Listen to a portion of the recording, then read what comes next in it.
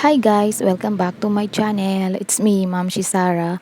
So, for today's video, which is tutorial, ituturo ko sa inyo kung paano mag-add ng sound effects sa inyong video o vlog gamit ang iPhone.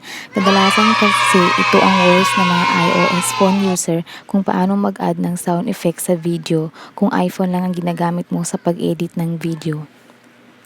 Kasi 'di ba pag iPhone user ka at nag-edit ka ng video sa KineMaster pero yung gusto mong sound effects wala sa KineMaster. So kailangan mo pa mag-search at mag-download ng effects na gusto mo kaso kahit maka-download ka hindi mo naman ito ma-save sa KineMaster mo, 'di ba? So here's how.